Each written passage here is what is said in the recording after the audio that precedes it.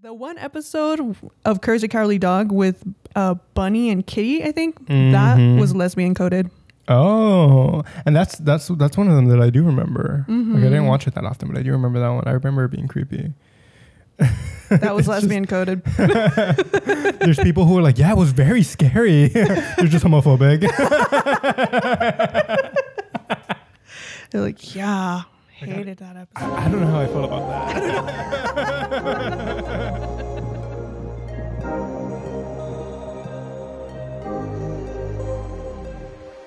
Hello, everybody. Welcome to another episode of Hand Me Down Podcast. We are your hosts. My name's Natalia. And I'm Alan. And today we have another October special episode for you, filled with a bunch of spooky things. As you can tell, I got another spooky shirt on today. I don't have a lot of spooky wear, but I decided to wear something a little bit more fall. It has been getting a little bit more... a little cooler in Los Angeles. Thank God. But I just feel like I look like a scarecrow, so I guess I can be my costume. So Alan's the scarecrow. I'm the scary house. But so today is a special episode because we have added a third member to the team who we'll give little shout out to right now, who is doing an awesome job behind the scenes. It is Milena Ortega, and she is our associate producer for the show. So welcome to the team. Yeah. Everybody clap. Here, let me. There we go. No, that time it's not that loud. Yeah, I adjusted it this time. We'll put a picture of her if you guys are watching through video. And if not, you'll see her on our Instagram sometime. So follow us there. Which reminds me, let's do a little bit of housekeeping before we move on with the rest of the episode. Thank you guys for watching. We really appreciate it. Or listening if you are listening on a podcast platform. If you are listening on a podcast platform, Apple Podcast, Spotify, anywhere else, make sure to give us a rating on the podcast. If they let you, give us a review. And we would really appreciate that and share it with your friends. If you are listening or watching on YouTube, thank you. Make sure to like, comment, and subscribe. We would really appreciate it. Also follow us on our social medias at Hand Me Down Pod on Instagram and TikTok. We post a lot of our clips there, so if you ever miss an episode, you won't miss the highlights because we post the highlights on our social media. Also engage with us on there. Let us know what you think of the episodes and, give us nice comments. We love to read those.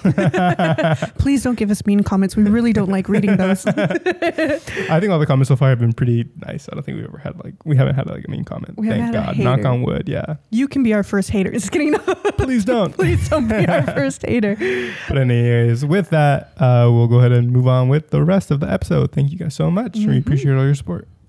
Today, we will be taking a stroll through the internet, as we always do, to talk about Bad Bunny and the stuff that's been going on with him in the internet, on TikTok and on Twitter recently.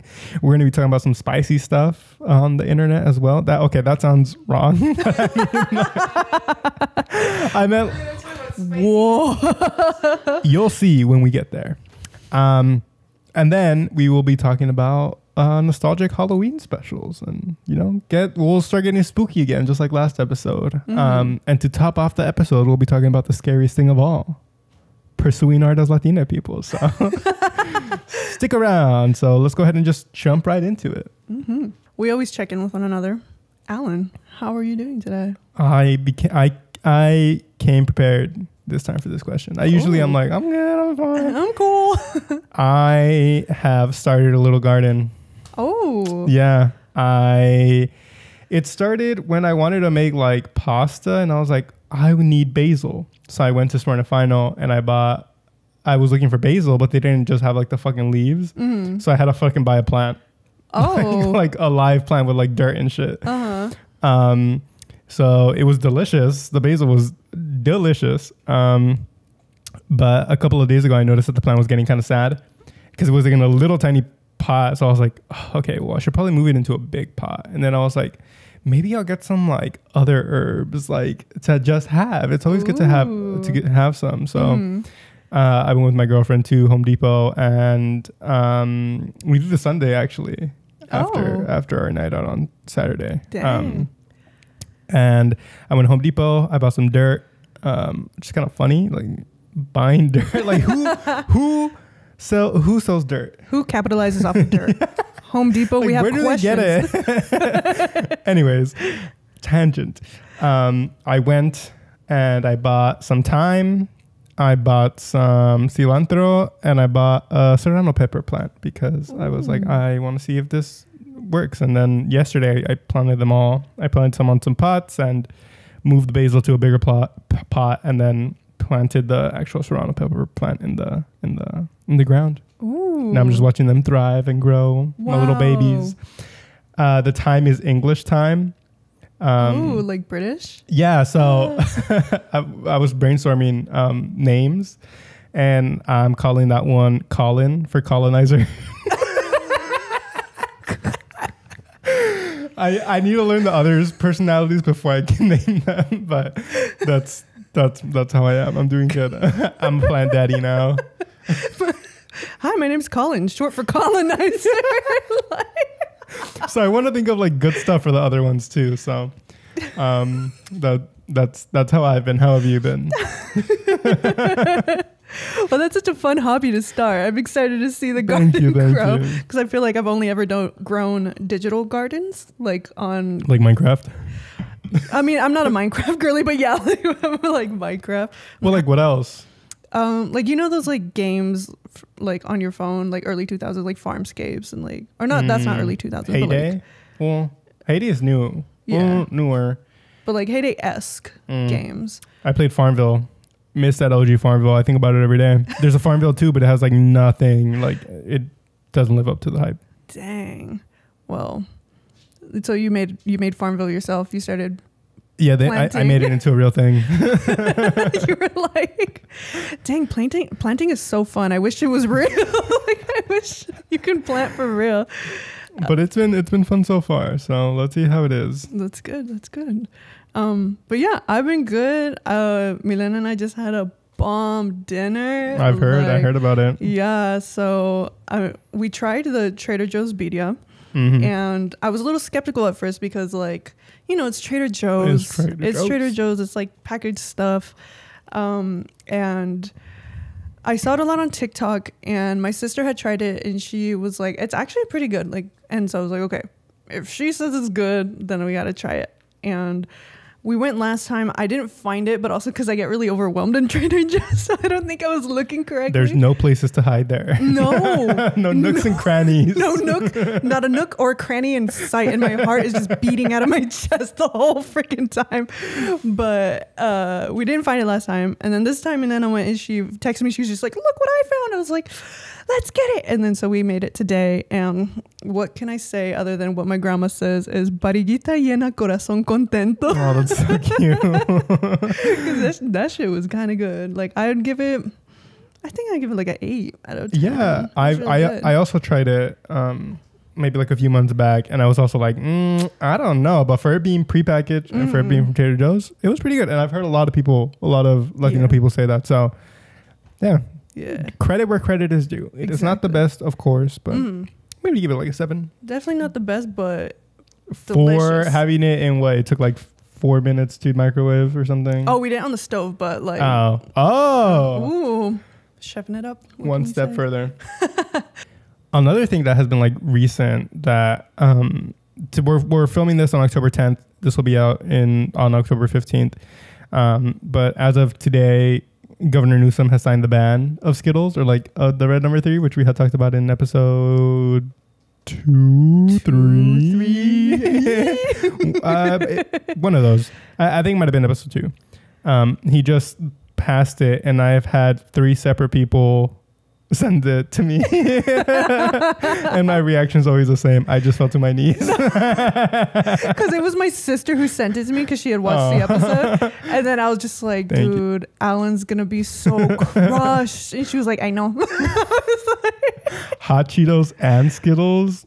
Hot Cheetos are going too? Well, I believe that we're number 3. I mean, oh shit. We did do an entire episode on this. Wait, I forgot. I'm like, wait, what do you mean Hot Cheetos? But again, my theory is correct.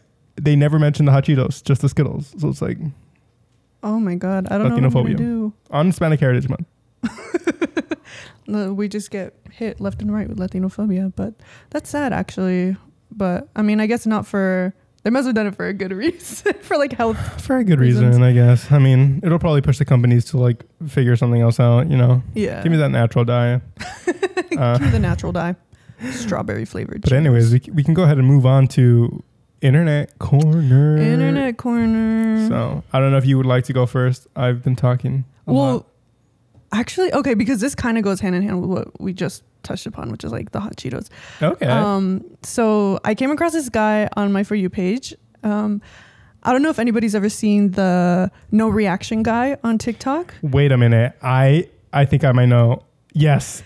I don't know if it's this guy, but it might be. This similar style of content. Okay. I came across this for the very first time on my For You page. And I don't know how, because it's so big. Like, he gets so many views.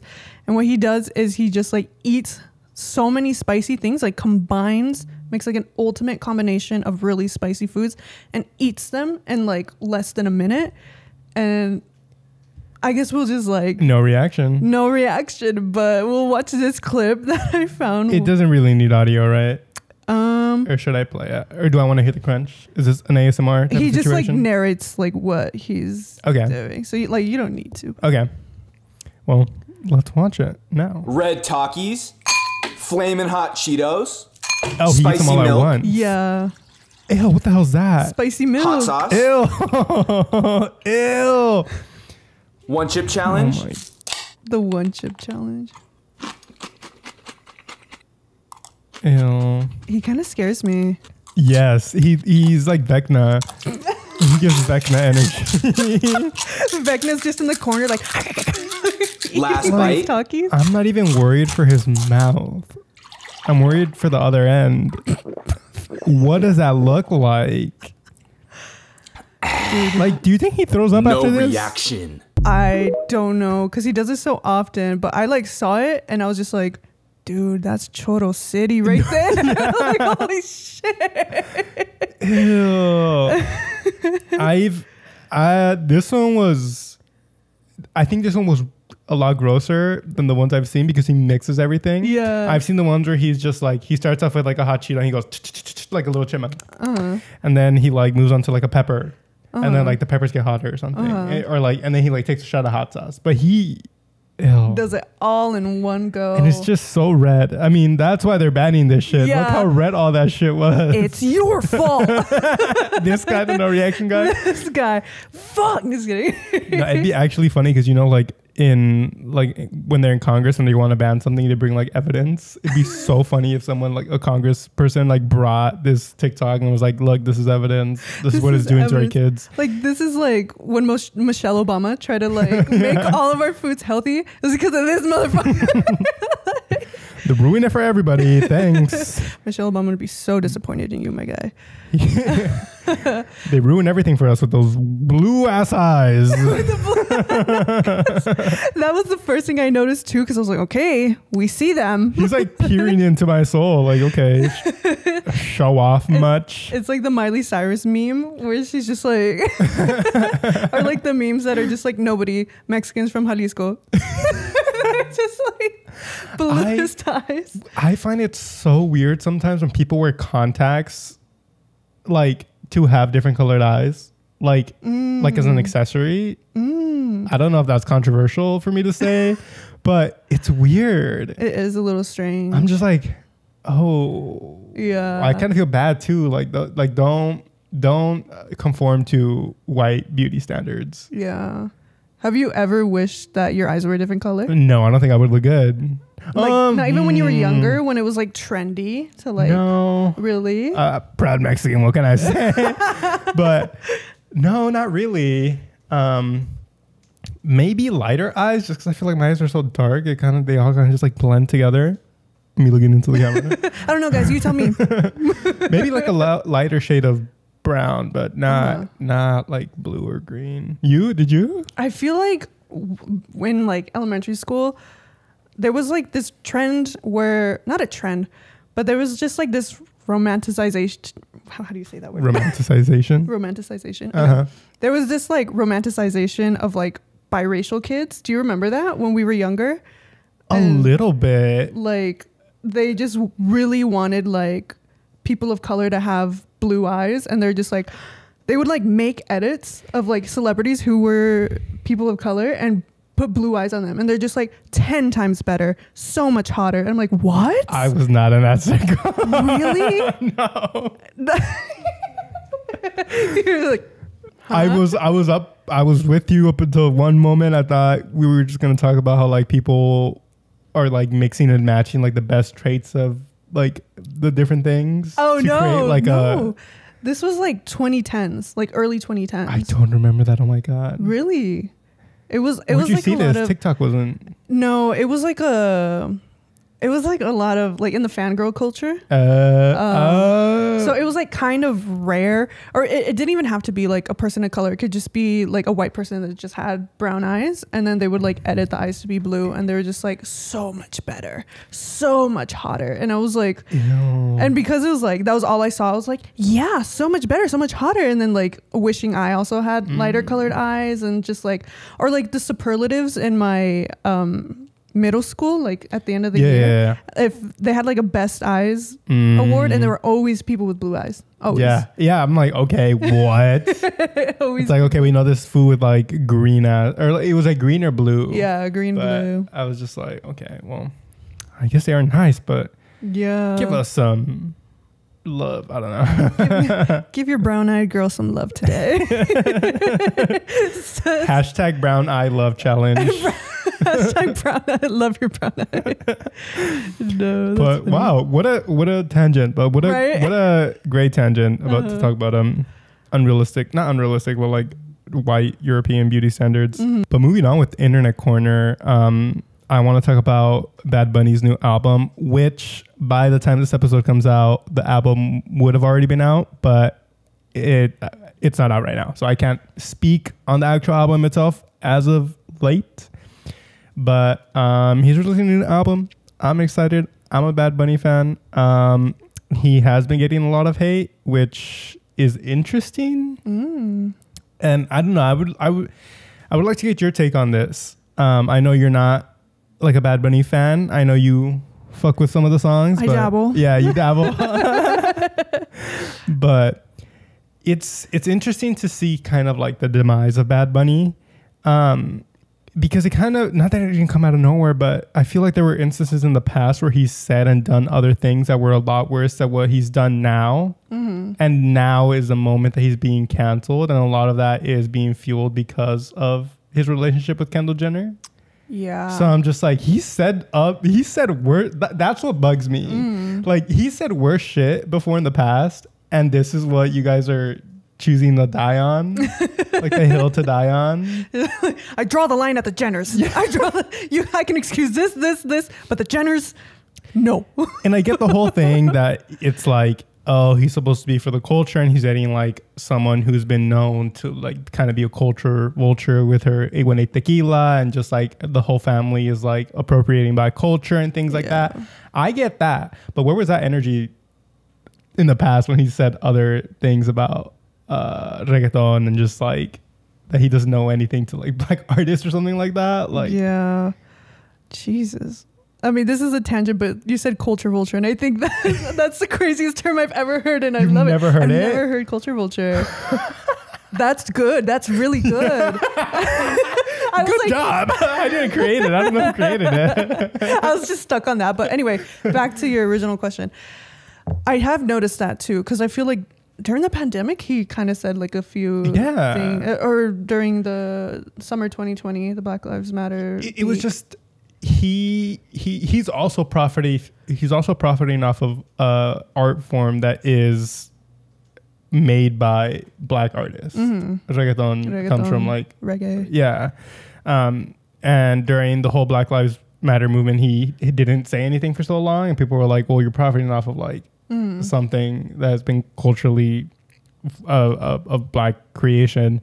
And then he eventually did come out with a statement, and it was kind of a little bit like he talked about, he's like, yeah, they used to make fun of me because like my hair was like a little bit different or something like that. And I was like, huh? Just completely beating around the bush. Yes, like, okay. So all that stuff happened, and like, I don't know. And all of a sudden now the hate's here. So I don't know. I feel like definitely him dating Kendall, right? Kendall Jenner. I feel like brings him into a different kind of limelight than like he's used to being. Like he's usually like his audience is like Latino people or people that were only watching him more Latino people. And then now that he's like broadened out more to like the type of demographic that Kendall or the Jenners or the Kardashians might appeal to, then it's like people feel a little bit more like entitled to say something, or like not entitled, but what's the word? Like they think they're all of a sudden they're like put on their responsibility pants and they're like, wait a minute. But it's just, but do you see why that is? Is when he gets in a relationship with someone that happens? I think it just comes down to people just feeling entitled to celebrities, but also like, yes, call him out when he's doing things, but like not just when he's dating a bigger celebrity. Yeah.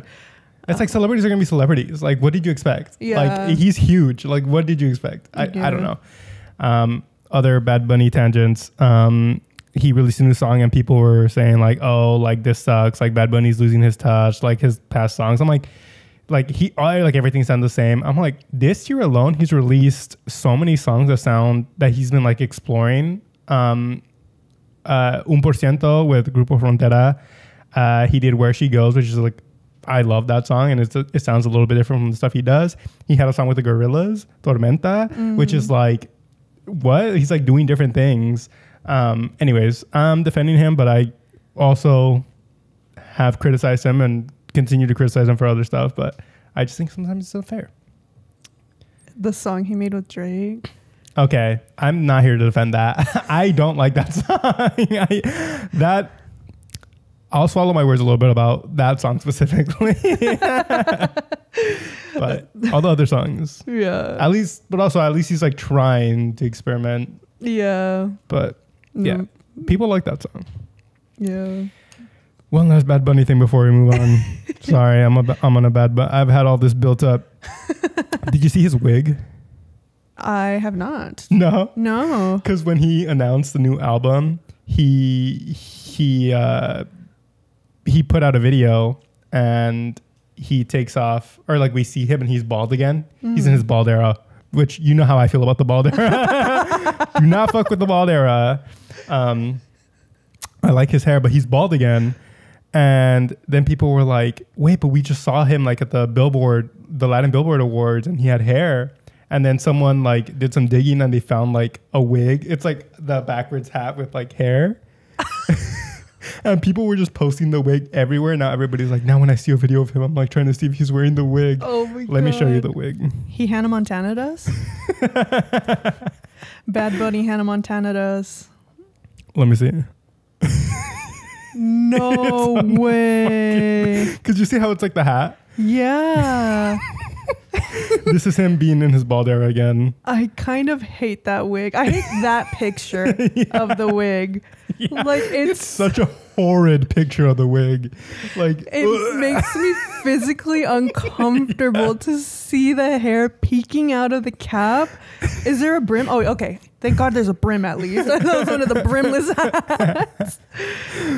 But that's you're now caught up with Bad Bunny lore as of now. I'm gonna have trust issues now. Which, you know, make wigs more popular for guys.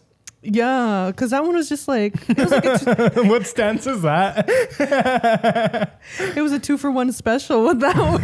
You got the hat and the hair. Taking hat hair to a new level.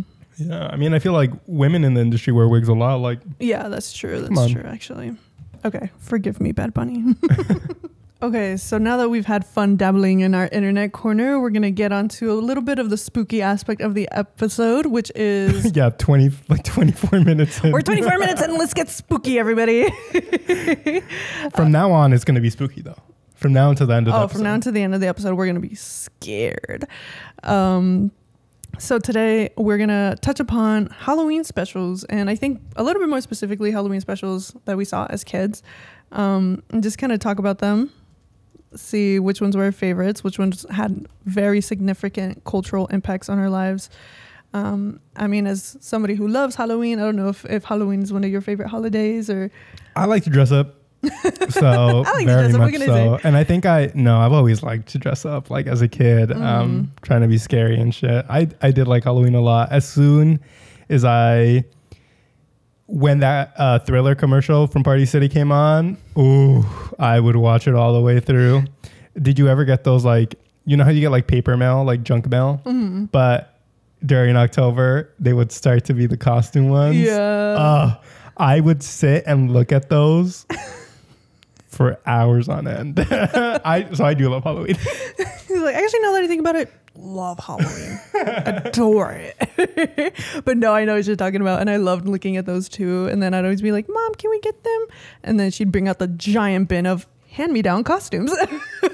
Beautiful. We'll do this first. I'm like, oh shit, okay. I would like to look at the costumes, but also the decorations. Like, I've always liked to decorate, and that's one of my goals. One of my goals is to have enough money where I can decorate the shit out of my house, inside and out. Like, it's just so fun. My sister right now, dude. But it is fun. It's fun when she decorates. But do you want to get into your first one? The first one that I wrote down is the Sweet Life of Zach and Cody Halloween episode. Mm-hmm. That one had such cultural significance to me. Because it's scary. It's genuinely, I was genuinely spooked. It was genuinely chills down my spine when Esteban got possessed by the ghost of, I'm forgetting the number. I want to say like 316 or something. Which would be totally wrong.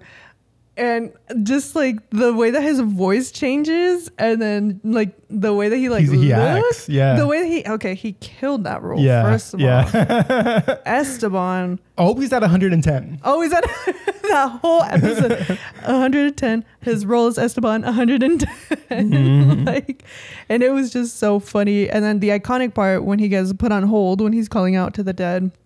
That's probably one of the funniest jokes ever in Disney history. It was such a well-written episode, I think. Yeah. Just like from beginning to end, like the concept of it, and then just the jokes. Yeah. Jokes are so good. Very, very much enjoyed that one. I enjoyed that one a lot, and I can't wait for it to come up again. Well, now with Disney Plus. There's not an ad for Disney Plus, but with Disney Plus, we can watch it. That's true. We should. What if we do that after? Maybe. We'll see. You guys are invited too. Don't worry. The one that I have on my list right now is Goosebumps. This is like nostalgia central. When you hear that fucking song, that banger, dun, dun, dun, dun, dun, dun. Oh, what a great intro. Like, what they were able to do with that show has been unmatched since. What they've been able to do with that Goosebumps property and IP has been unmatched since. I will take that stance. I love Goosebumps. I love the song, as you said. Every time I heard that song, I was like intrigued by whatever I was going to watch. Some of them were genuinely really scary. Yes. Really, really fucking scary.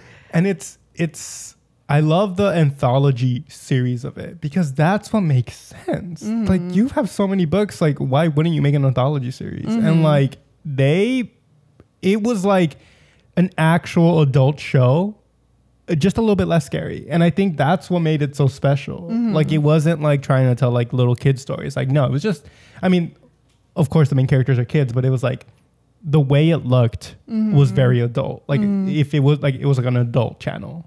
But yeah, I mean, I have very fond memories of watching these in elementary school. Same. Like in school. Or like, did you ever read the Goosebumps books? Some of them, but I wasn't a big reader. Got too many paper cups. So yeah, I would read them, but in Spanish. It was called Escalofrios. They were really good. But yeah, iconic. Night of the Living Dummy. That one was so scary. Yeah. That one made me hate, like, when there was an American Girl doll craze. I was like, get that bitch away from me. So fuck them dummies. But in researching for this, there is a new Goosebumps, a series. It's going to be on Hulu and Disney Plus. Oh, like upcoming? Yes. By the time this episode comes out, it would have already been out. It comes out October 13th. So it's like perfect. Like I saw this and I was like, no fucking way. I have not heard of this. Me neither. Maybe because I'm not the target demographic and now on like the age of the internet, like I'm not their target audience, so they're not going to waste money on me. But I didn't know this at all. I have not seen anything about this. Have you? No, I have not seen anything about Goosebumps. And that's when I saw it, I was like, whoa, this might actually be good. I just saw like that it was going to be a show. And I was like, if they go back to their anthology roots and make it a show that's like a new story every episode with a modern twist, sign me the fuck up. I watched the trailer. Nope. Oh. No. I was like, yeah, I think I'm going to watch it. You were like, mm-mm. No. It's like a story and it's kind of like the movie. Did you ever see the movie with Jack Black? No. The new one? No. It's kind of like all the book creatures come to life. Oh. Through like magic. And it's kind of just like a series, like an actual like episode. It's gonna like have a consistent story. Kind of this guy gets possessed and he's like doing stuff with like the creatures as they come to life or something like that. It looked like the fucking movie. And I was like, that's not what Goosebumps is about. Who's making these decisions? In the fucking I watched the trailer, and in the fucking trailer, they use the song Goosebumps by Travis Scott. I hate that. I hate that. I watched it, and midway through, I heard the I get those goosebumps. I'm like, oh my God, who greenlit that? They replaced the banger with Goosebumps by Travis Scott. They had an opportunity to like reprise the banger. Yeah. Make it modern, make it scarier, give it some synth or something. And then they brought up, I get those goosebumps every time. It was such a modern trailer. Like, you know, that like style. Yeah. Another notable thing, Alvin from Alvin and the Chipmunks is in this. He's Justin like the main Long. character. Justin Long, you may know him from Alvin and the Chipmunks. He plays Alvin. He's also a barbarian, but yeah, he's like the main bad guy, I think it looks like, in this movie. Dang. Or in the series. I love how you know Justin Long as Alvin and I know him as the fool from Herbie with Lindsay Lohan. None of his other filmography roles ever appealed to me. I'm just like, no, that's the fool from Herbie. But yeah, I mean, that's what I found out about the new Goosebumps. So a little bit of a tangent, but you want to go next? Yeah. Dang, Goosebumps. Another favorite Halloween. It wasn't technically Halloween, but it was scary as fuck, was Courage the Cowardly Dog, which traumatizing show. I was traumatized by Courage the Cowardly Dog, I think, growing up, and my sister loved it, so she would watch it all the time, and she would be like, you guys just don't understand the complexities of these characters that Courage is like encounter. She was like 10. You're just not smart enough. It's like the Rick and Morty fans. Like, you just don't have like the current IQ to get this show.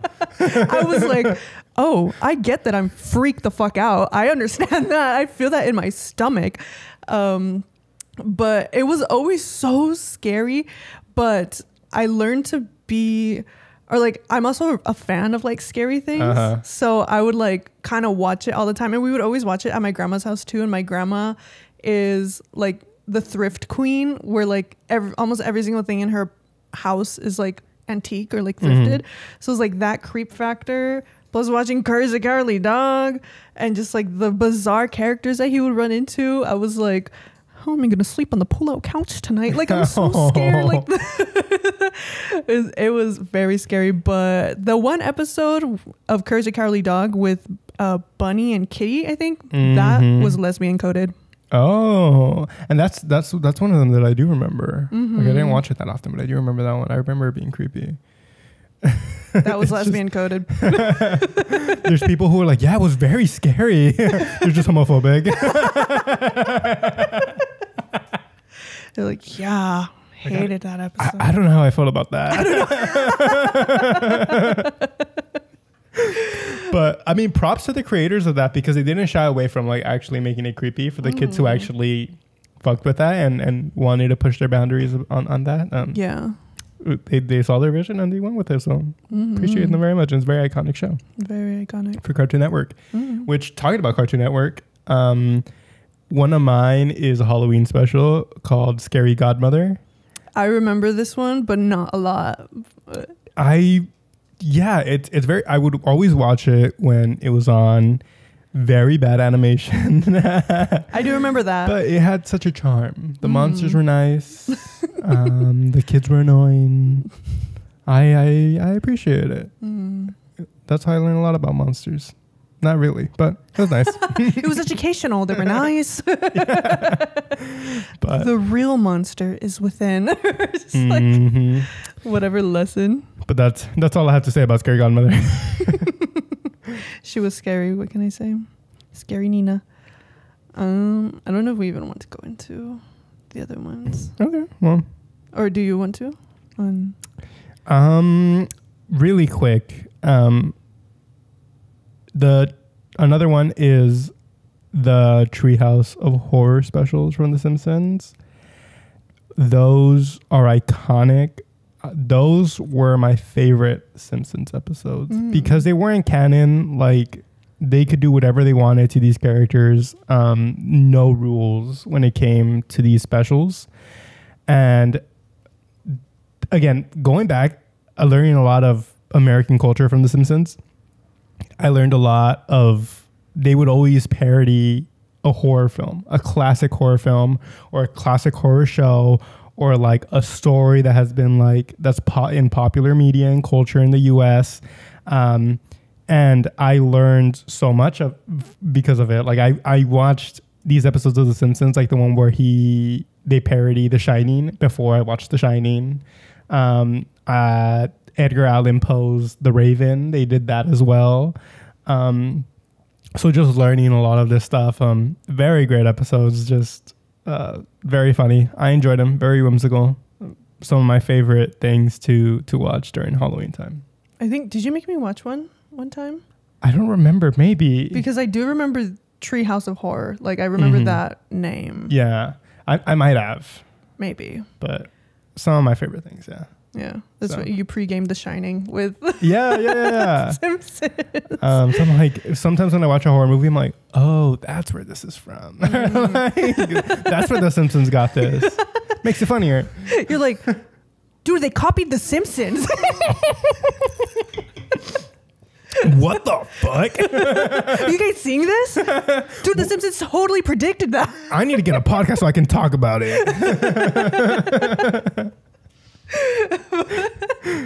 But yeah, Simpsons, again, near and dear to my heart, especially these Halloween episodes. But cool. Moving into the final part. Into the final scary part. Scary part. I think we've been talking about spooky things, and there's one thing that I would say is the spookiest of them all, and that is pursuing art as Latino people.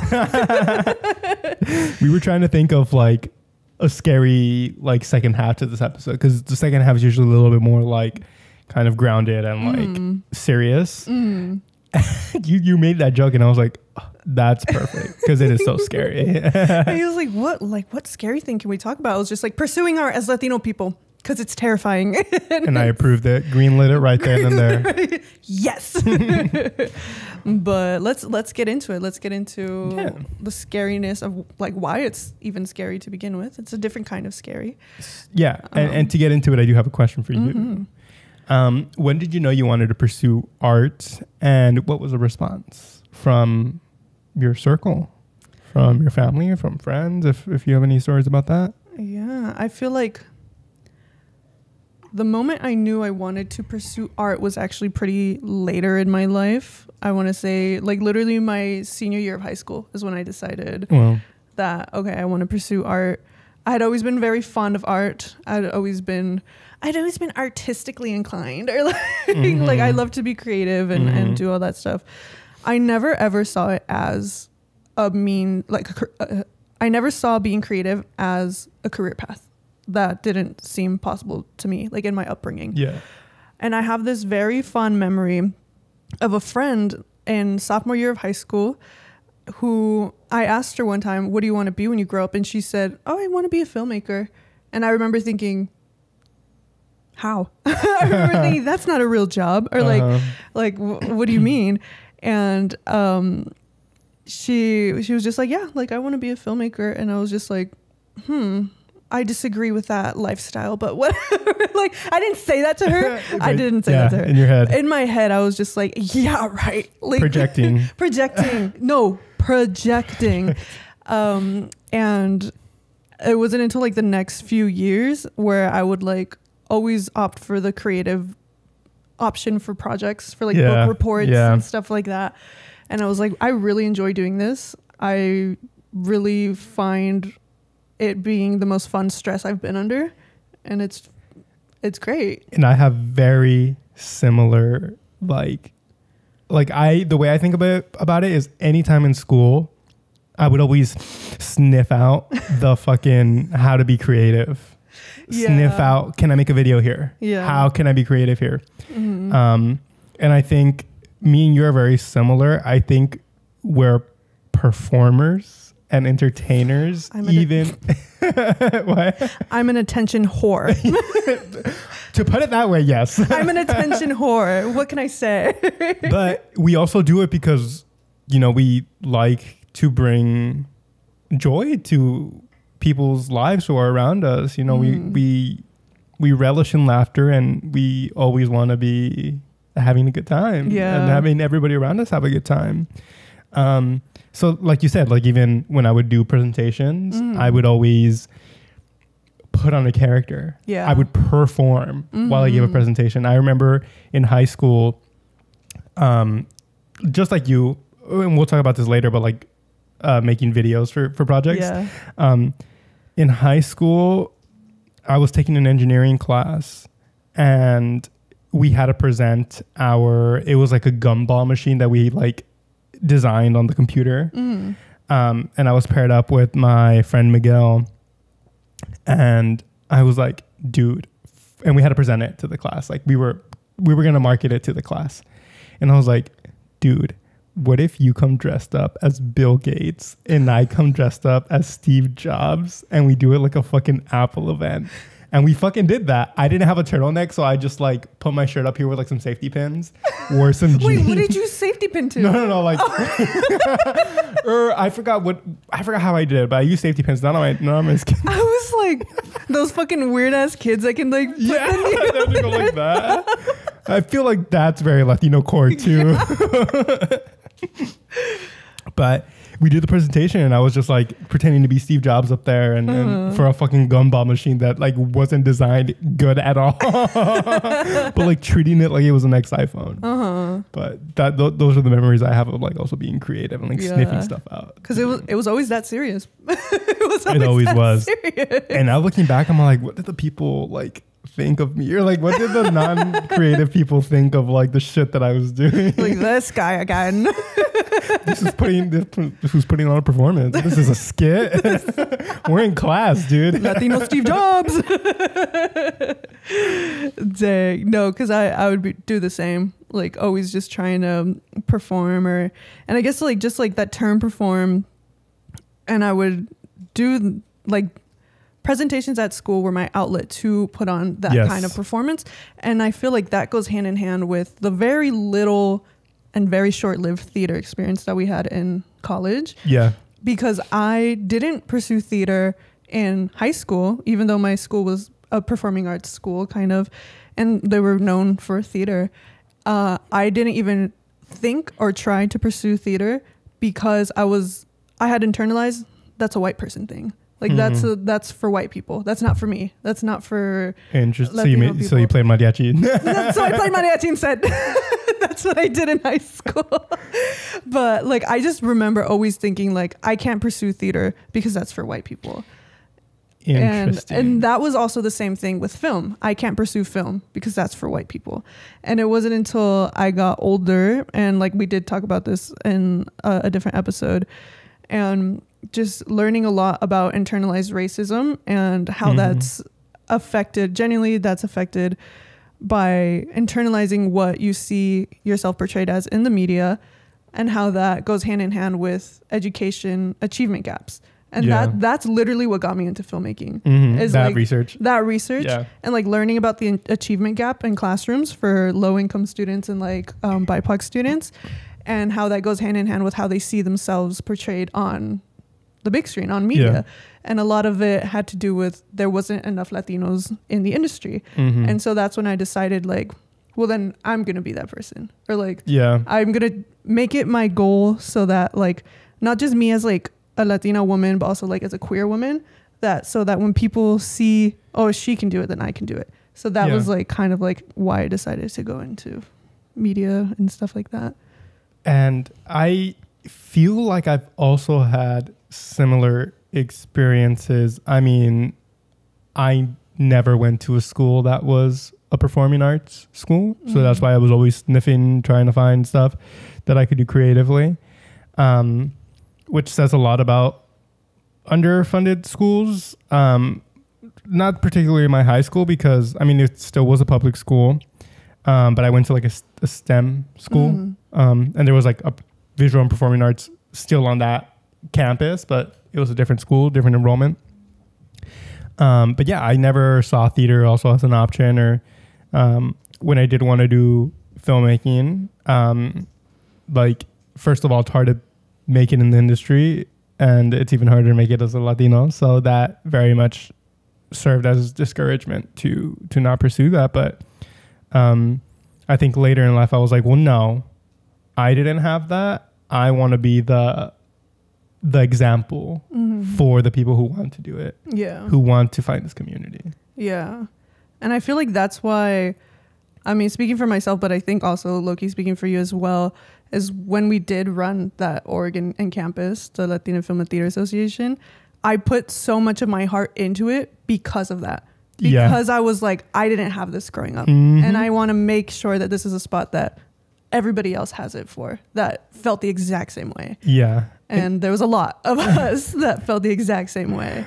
Yeah, I tell the story all the time. It wasn't until college where I found a group of Latino filmmakers who wanted to do the stuff that I wanted to do. It was always me and my cousins and my brother and my friends who I would force them to do this stuff, although they didn't really want to. And when I got to college, I was like, yeah, I don't like have to say anything to you guys. You just want to do this? Are willingly helping? Hell yeah, let's fucking do it. And you know, understanding that we didn't have these resources back then, or this community, and building that up at UCLA was very special. But what was that response when you knew that you wanted to pursue art? I had somehow gotten it into my head that it was going to be a negative response of my family before I even told them anything. I didn't tell anybody that I applied to college as a film major at all, because I was so scared of them disapproving or trying to steer me into a career path that might be more secure in like income and stuff like that. So I didn't tell anybody until I got accepted to UCLA for film school, which was a big deal. I didn't know it was a big deal because it's really hard to get in. Yeah. And I was like, I told my family like, oh, I got into UCLA. They're like, what's your major? Film and television. Oh, like I didn't even know that you wanted to do that. And like, I didn't know that this and that. And then like my dad got very curious. Like I'm very thankful that he got very curious instead of instantly trying to steer me in the other way. Like instead of being like, are you sure? Like he was just like, oh, so like, tell me about that. Or like, because I was always very fond of like media making. But I never expressed that I was interested in going into that as a career path. Yeah. And so I was just like met with curiosity. I think that was a response. My parents were very curious. My grandparents were really supportive. They were like, that's so cool. Like, eso, dale, dale. And they were like really excited for me. And so I was very fortunate that my family did have that kind of response of like being supportive and open to like learning about this different kind of lifestyle and this different form of income that they're not familiar with. But that was me. And it's so smart of you to have not told anyone.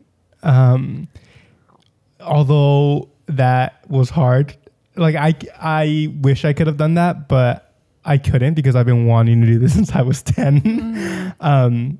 Always, like if you knew me, you knew that I wanted to be a filmmaker. That I was always making videos, doing shit. Yeah. Wasn't hard, it wasn't easy to hide.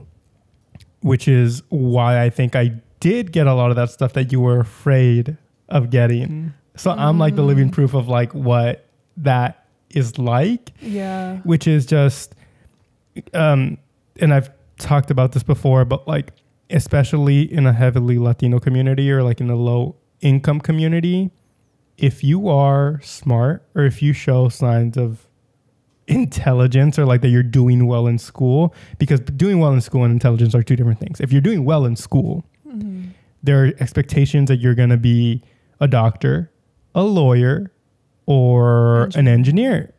Those are the three career paths you have if you're doing well in school.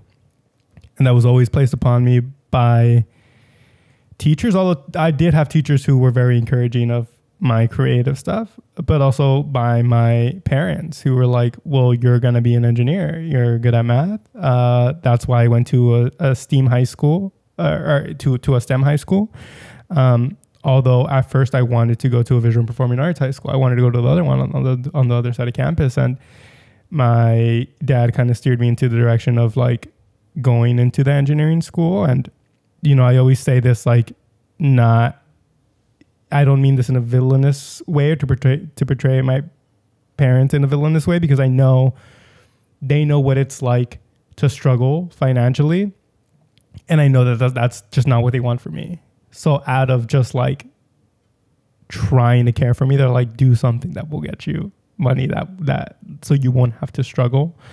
So they pushed me in that direction, and it was towards the end of, and that's what I was kind of like working towards, but it was like junior, senior year where I was like, I don't want to do this. I want to be a filmmaker. Like obviously I want to be a filmmaker. I'm always doing stuff, but I was always told, this is a hobby. Like, work towards your career, do this on the side. And that's the response that I got. Again, I think just they meant it with good intent, but it just wasn't thought out 100% of what that could do to me. Yeah, no. And I definitely get that. And like, especially like having your parents be the ones that are like that are trying to steer you in that direction. And it's all from, like you said, their experiences, trying to make sure that their kid is able to support themselves without struggle. Because it's just like struggle is also such a big part of the Latina experience. Yeah. So like I understand it, and I don't hold any grudges. And you know, I wish I would have applied to film schools, but I'm also not unhappy with where I am today. A lot of that has to do with that Oregon college. Yeah. I was able to get a lot of my stuff and learn a lot of stuff there, and build that community for the people who went through the stuff that I went through. Yeah. All that negative, or all that pushing you in a different direction while you want to go in something else. Like, I wanted to make it that space where I felt welcome, where I felt safe, where I felt like this is what I should be doing. And you did do that. You did for like we did that. A lot of us did that. Yeah, a lot of us. A lot of us. Do you feel now that you have a lot more stuff under your belt with like your portfolios and stuff, which by the way, I looked at your portfolio online the other day and I was like, wow. Thank you. Do you feel like maybe the people in your life that were trying to steer you in a different direction, are they a little bit more receptive towards this still wanting to, you still wanting to pursue this? They have come around to being like, well, you're fucking doing it already. Yeah. Like go for it. Like, they understand.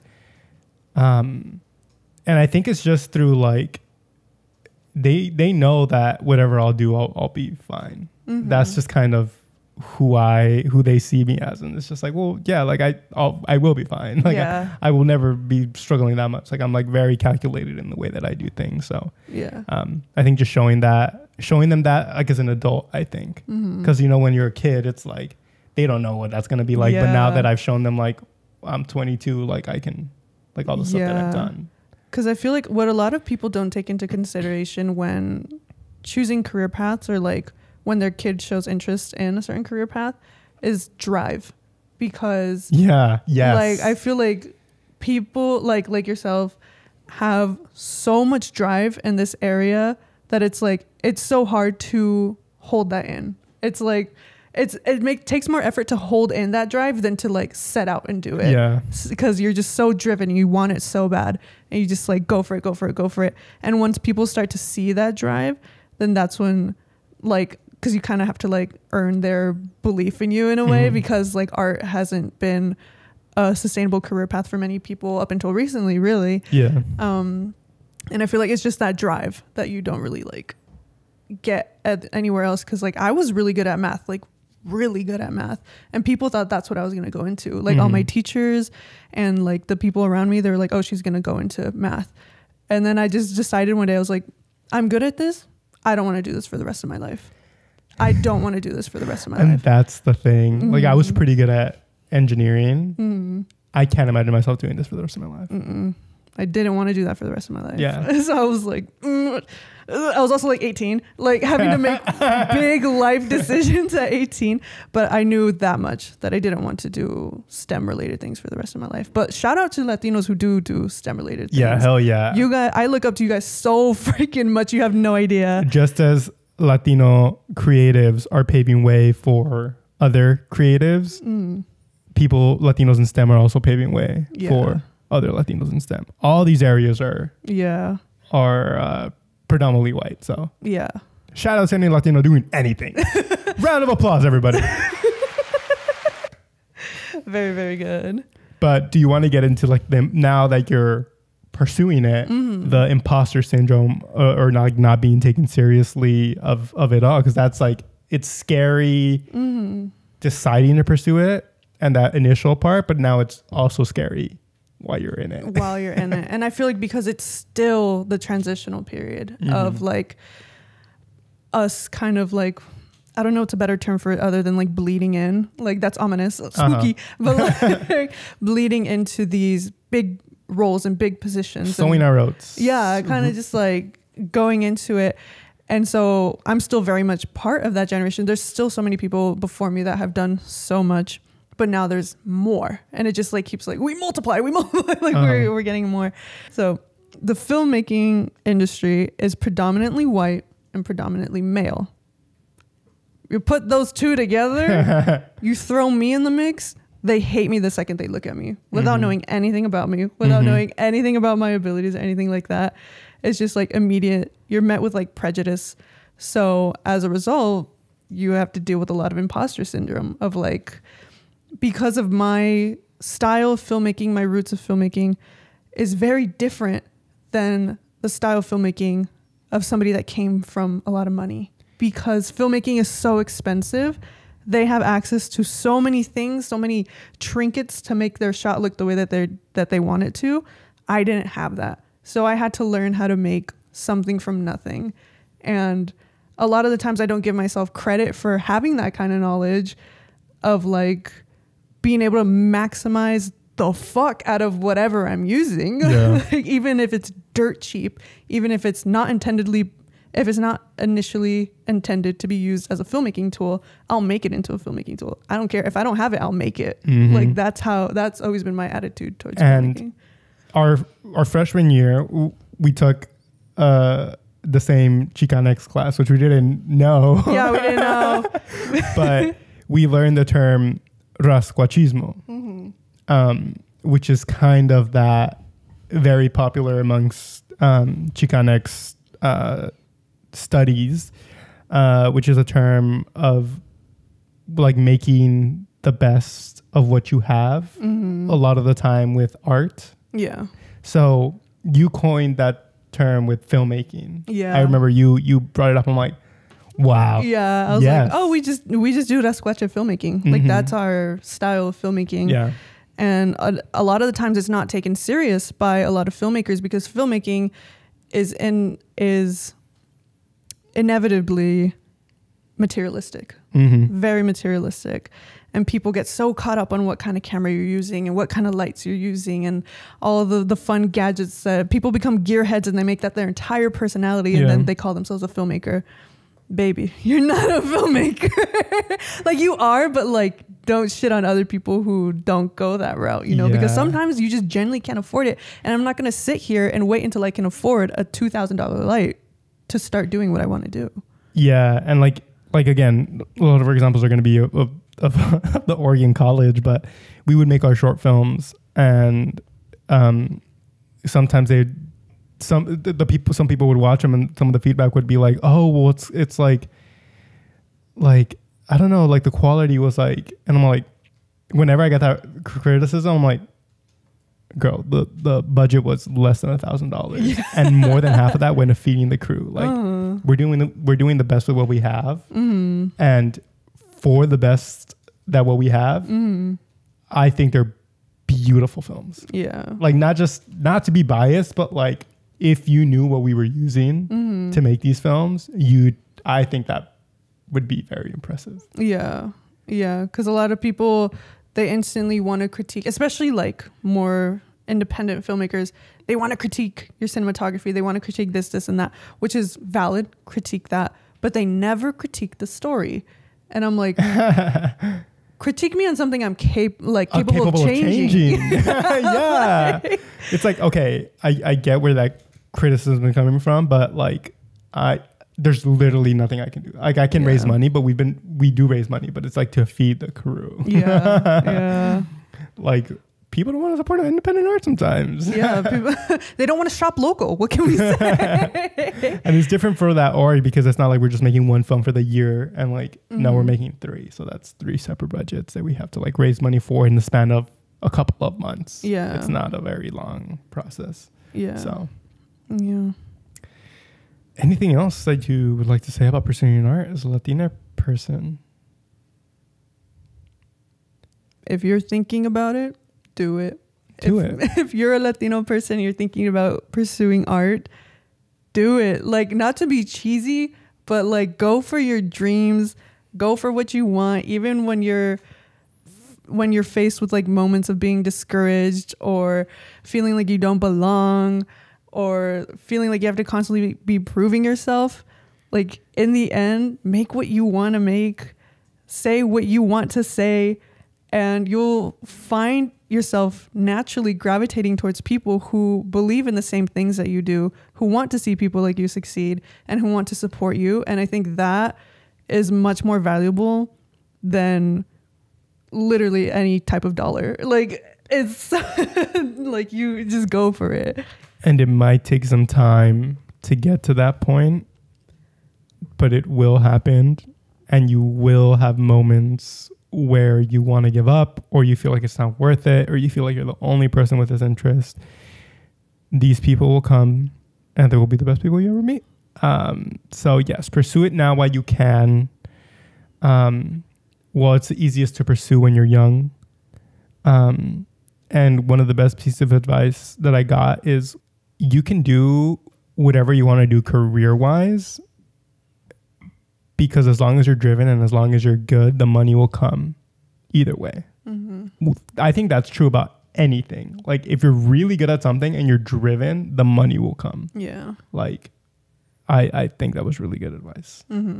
So yeah, the money and the value, which are 2 different things, but the value also will come stronger than you could ever imagine.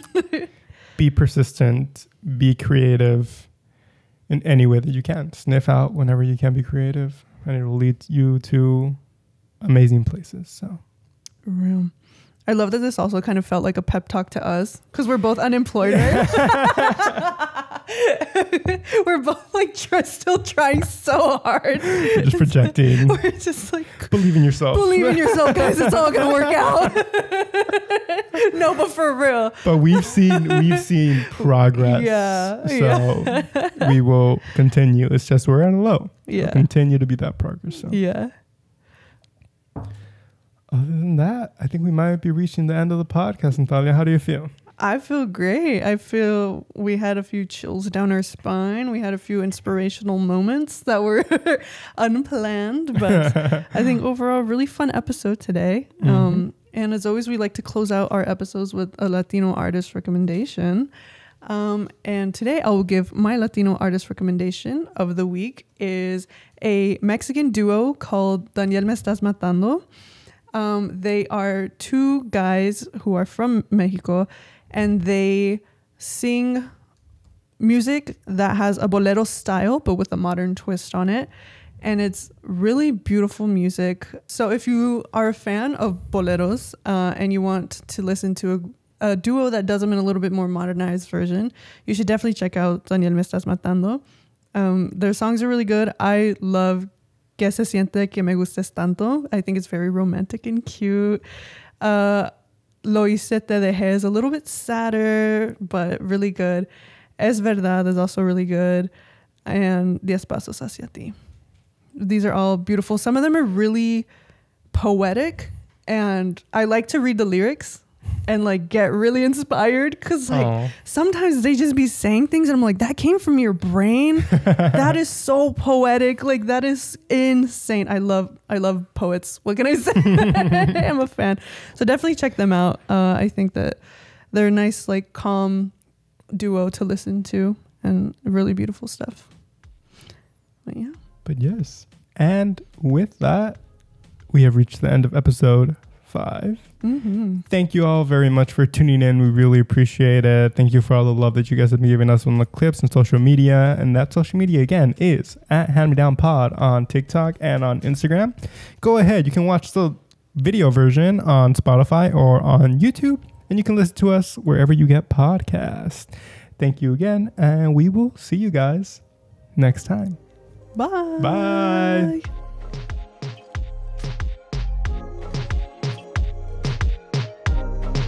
The Hand Me Down podcast is produced and hosted by Natalia Delgado and Alan Gallardo. This episode was edited by Alan Gallardo, and the social media clips are edited by Natalia Delgado.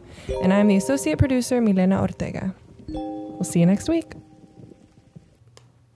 Perfect. I feel like my fucking voice sounds crunchy.